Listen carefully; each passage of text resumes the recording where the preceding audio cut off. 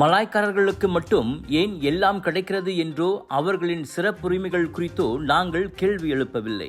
இந்திய சமூகத்துக்கு கிடைக்க வேண்டியவை ஏன் கிடைக்கவில்லை என்று தான் கேட்கிறோம். அதில் தவறேதும் இல்லை என செனட்டர் டத்து சிவராஜ் சந்திரன் கூறியுள்ளார். மக்கள் பிரதிநிதிகள் என்ற வகையில் சமூகத்துக்கு வேண்டியதை கேட்டு பெறுவது எங்கள் கடமையும் பொறுப்பும் ஆகும்.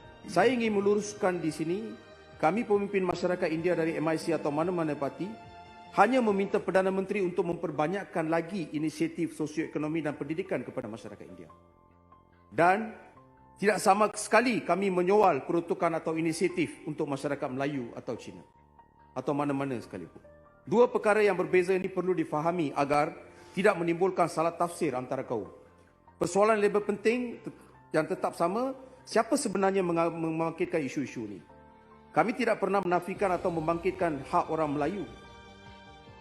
Sepanjang masa kami sentiasa menyokong hak masyarakat rakyat Melayu dan kami hanya bercakap untuk hak masyarakat India secara adil dan tanpa mengambil hak mana-mana kaum Melayu. Jika ada yang cuba mengaitkan isu ini dengan hak Melayu, saya ingin bertanya secara terus terang, pemimpin India mana yang pernah mempersoalkan hak orang Melayu?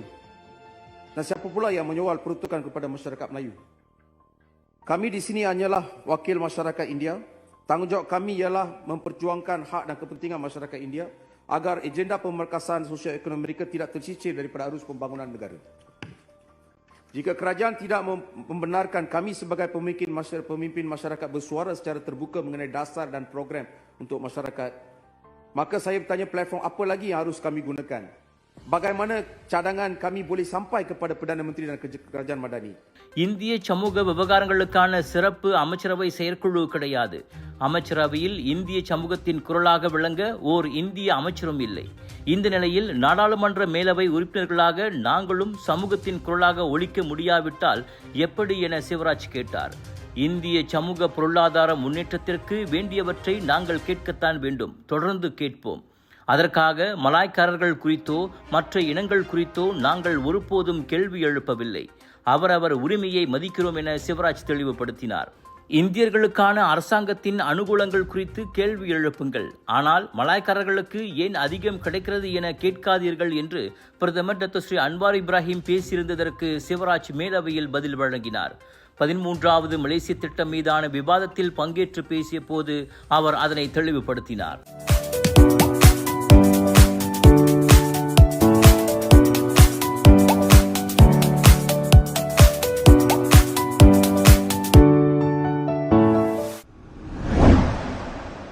இன்றைய விநாயகர் சதுர்த்தியை முன்னிட்டு Kuala Lumpur Kottumalai Pillaiyar கோவிலில் நேற்று தங்கரத ஊர்வலம் தொடங்கியது.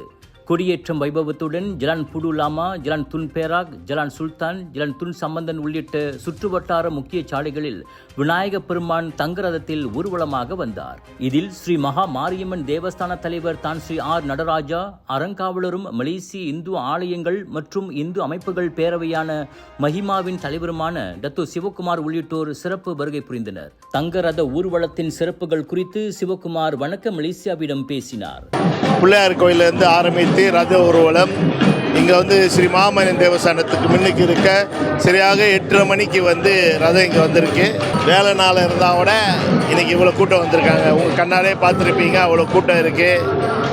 அதனால் நம்ம தமிழர்களை பொறுத்தோட்டம் சமயத்துக்கு நம்ம யாருமே விட்டு கொடுக்க மாட்டோம்.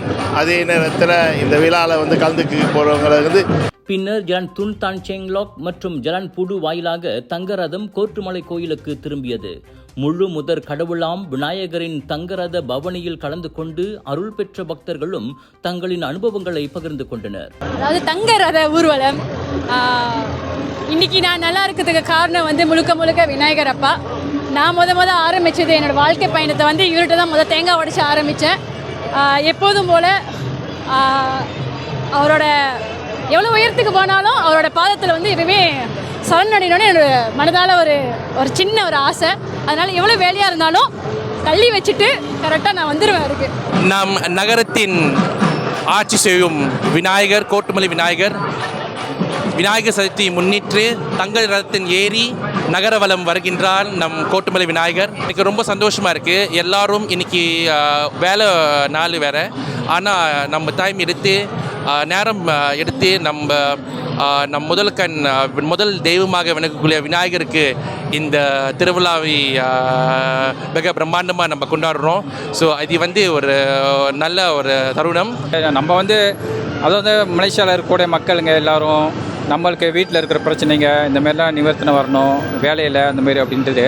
இன்னொன்று வந்து நம்மளோட கலை கலாச்சாரம், நம்மளோட மதம், நம்மளோட விநாயகர் சதுர்த்தி அன்று இந்தமாரி செய்கிறது வந்து நம்ம ரொம்ப வரவேற்கிறோம். இந்த வழியில் நம்ம வந்து என்ன அப்படின்னாக்கா நம்மளோட தமிழ் கலாச்சாரத்தை வந்து இன்னும் கட்டி காத்துக்கிட்டு இருக்கோம். நம்ம வந்து வேறு மலை நாட்டில் இருந்தால் கூட இங்கே வந்து நம்மளோட தமிழாளங்களோட கலாச்சாரத்தை வந்து ரொம்ப இந்த இடத்துல வந்து மாரியம்மன் தேவஸ்தானம் வந்து நம்மளுக்கு வழங்கிக்கிட்டு இருக்கிறாங்க. Very delighted and excited about the celebration for the Ganesha. So I think everybody share this kind of feeling, very excited. So I enjoy this festival.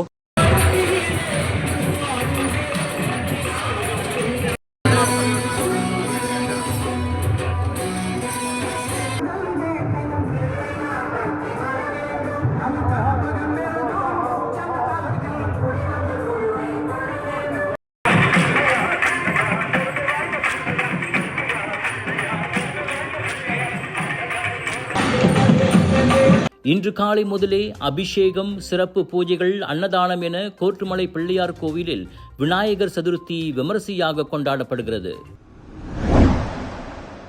11 வருடங்களுக்கு முன் நடந்த ஒரு ஐடி திட்ட ஊழல் தொடர்பாக ஊராட்சி மன்ற மூத்த அதிகாரி ஒருவர் உட்பட 3 பேர் மலேசிய ஊழல் தடுப்பு ஆணையமான MACCயின் விசாரணைக்காக 4 நாட்கள் தடுத்து வைக்கப்பட்டுள்ளனர். விசாரணையின் ஒரு பகுதியாக பறிமுதல் செய்யப்பட்ட பொருட்களில் ஹெர்மெஸ், லூயி விட்டான் போன்ற சொகுசு முத்திரைகளை கொண்ட கைப்பைகளும் காலணிகளும் அடங்கும்.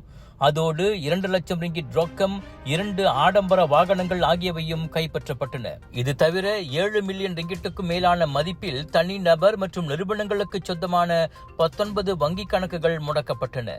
MACC தலைவர் தன்ஸ்ரீ அசாம் பாக்கி அதனை உறுதிப்படுத்தினார். அந்த மூத்த அதிகாரி கோலலம்பூர் மாநகர மன்றமான DBKL முதல் 5 பதவிகளில் ஒன்றை வகித்த ஜூசா பி பிரிவைச் சேர்ந்தவர் என நம்பப்படுகிறது. இதுவரை 15 சாட்சிகள் அடையாளம் காணப்பட்டுள்ளனர். மேலும் பலர் அழைக்கப்பட வாய்ப்புள்ளதாகவும் அசாம் பாக்கி கூறினார்.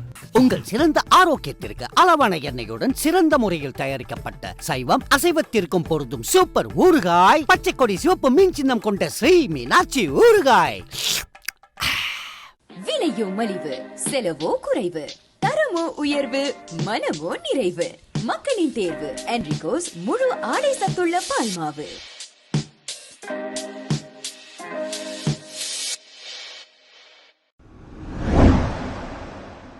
ஏழு நாட்களில் 9 மலைகளை தனியாளாக ஏறி மலேசிய சாதனை புத்தகத்தில் இடம்பெறும் முயற்சியில் 2ஆம் கட்டத்தையும் வெற்றிகரமாக நிறைவு செய்துள்ளார் இளைஞர் லோகச்சந்திரன்.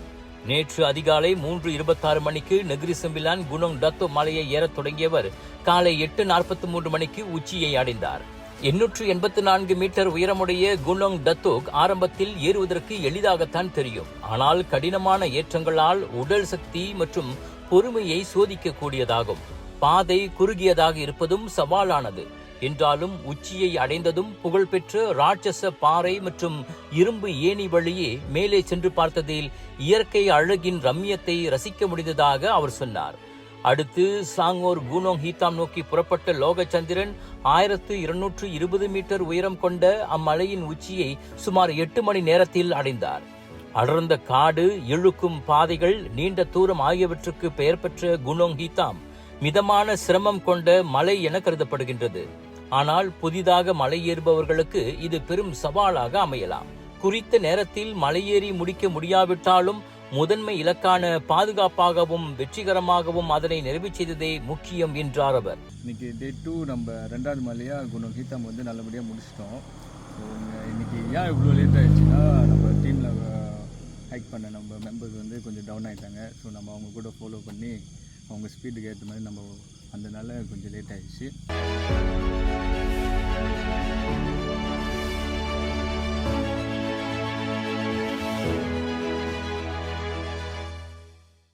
இன்று 3வது நாளாக காலையில் நெகிரி செம்பிலான் குனோங் அங்சி மலையிலும் பின்னர் பஹாங் குனோங் சிக்கிவிலும் லோகச்சந்திரனின் பயணம் தொடர்கிறது.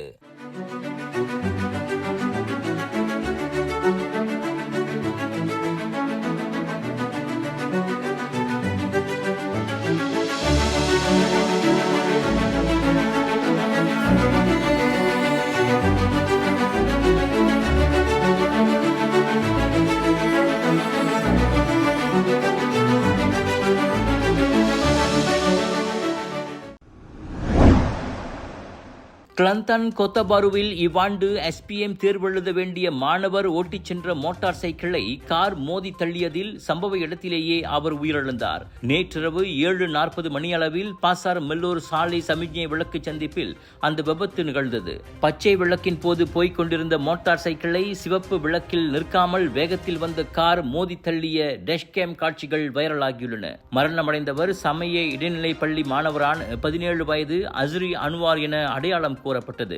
அவரின் உடல் சவ பரிசோதனைக்காக குபாங் கிரியான் USM நிபுணத்துவ மருத்துவமனைக்கு அனுப்பப்பட்ட நிலையில் மகனின் மரணத்திற்கு நீதி கிடைக்க விரிவான விசாரணை வேண்டுமென மாணவனின் தந்தை வலியுறுத்தியுள்ளார். கலர்ஸ் ஆஃப் இந்தியா பிரம்மாண்டத்தின் உச்சக்கட்டம் south Asia Deepavali festival and trade expo 3ஆம் தேதியிலிருந்து 7ஆம் தேதி செப்டம்பர் வரை சுத்ரமால் ஜோபாடு ஜோரில் 10 ஃபெஸ்டிவல்ஸ் ஒரே இடத்தில். Food, panipuri, biryani, divine, Indian wedding, attire and accessories, sari, Bollywood, மண்ணின் மைந்தர்கள், மியூசிக் அண்ட் கல்ச்சர் என 10 ஃபெஸ்டிவல்ஸ் ஒரே இடத்தில். அதோடு பிரம்மாண்ட LED அரங்குகளில் கலை நிகழ்ச்சிகள் மற்றும் போட்டிகள். Mega sale, mega discount. சுத்ரமால் ஜோபாடு ஜோரில். மலாக்காவில் அடுக்குமாடி கட்டிடத்தின் 7வது மாடியிலிருந்து குதித்து தற்கொலைக்கு முயன்றதாக கூறப்படும் 24 வயது மருத்துவ பட்டப்படிப்பு மாணவர் உயிருக்கு போராடுகிறார். மூளை அதிர்வால் ஏற்பட்ட கடுமையான காயம் மற்றும் மண்டையோட்டுக்குள் ஏற்பட்ட இரத்த கசிவுக்காக மலாக்கா மருத்துவமனையில் தீவிர சிகிச்சை பிரிவில் அவர் அனுமதிக்கப்பட்டுள்ளார். திங்கட்கிழமை இரவு மணி 10:40க்கு ஜலான் துன் பேராக்கில் அச்சம்பவம் நிகழ்ந்தது. ஸ்லாங்கூர் ஷாலாமைச் சேர்ந்த அந்த கடைசி ஆண்டு மருத்துவ மாணவர் 5வது மாடியின் வராண்டாவில் விழுந்து கிடந்தார். எனினும் அவர் பகடிவதையால் பாதிக்கப்பட்டவர் அல்ல என்பது தொடக்க கட்ட விசாரணையில் கண்டறியப்பட்டதாக மலாக்கா துங்கா போலீஸ் தலைவர் கிறிஸ்டபர் பத்திட் கூறினார். அவ்விளைஞர் தற்கொலைக்கு முயற்சிப்பது இது 2வது முறையாகும். ஏற்கனவே 2023ஆம் ஆண்டு ஜோஹோர் மூவாரில் தங்கியிருந்த போது அவர் அந்த முயற்சியில் ஈடுபட்டதும் தெரிய வந்துள்ளது. மலாக்கா மால் லோபோ ஐக்ரோ மலாக்காவில் 27 31 ஆகஸ்ட் வரை நம்ம GM இந்தியன்ஸ் பிரமாண்டமாக வழங்கும் Malacca global mega Deepavali expo wholesale விலையில் 80% வரையில் டிஸ்கவுண்ட். பெண்களுக்கான சாரி, குர்தா, குர்தீஸ், பஞ்சாபி சூட்ஸ், லெஹங்கா, ஆண்களுக்கான குர்தா, வேட்டி சட்டை, ஷெர்வானி என பாலிவுட் காலிவுட் லேட்டஸ்ட் டிசைன்ஸ். அது மட்டும் இல்லைங்க, வைரல் ஃபுட் ஃபெஸ்டிவலில் 100க்கும் அதிகமான ஃபுட் காத்திருக்கு. மலாக்கா மால் லோபோ ஐக்ரோ மலாக்காவில் தீபாவளி ஷாப்பிங் செய்ய திரண்டு வாருங்கள்.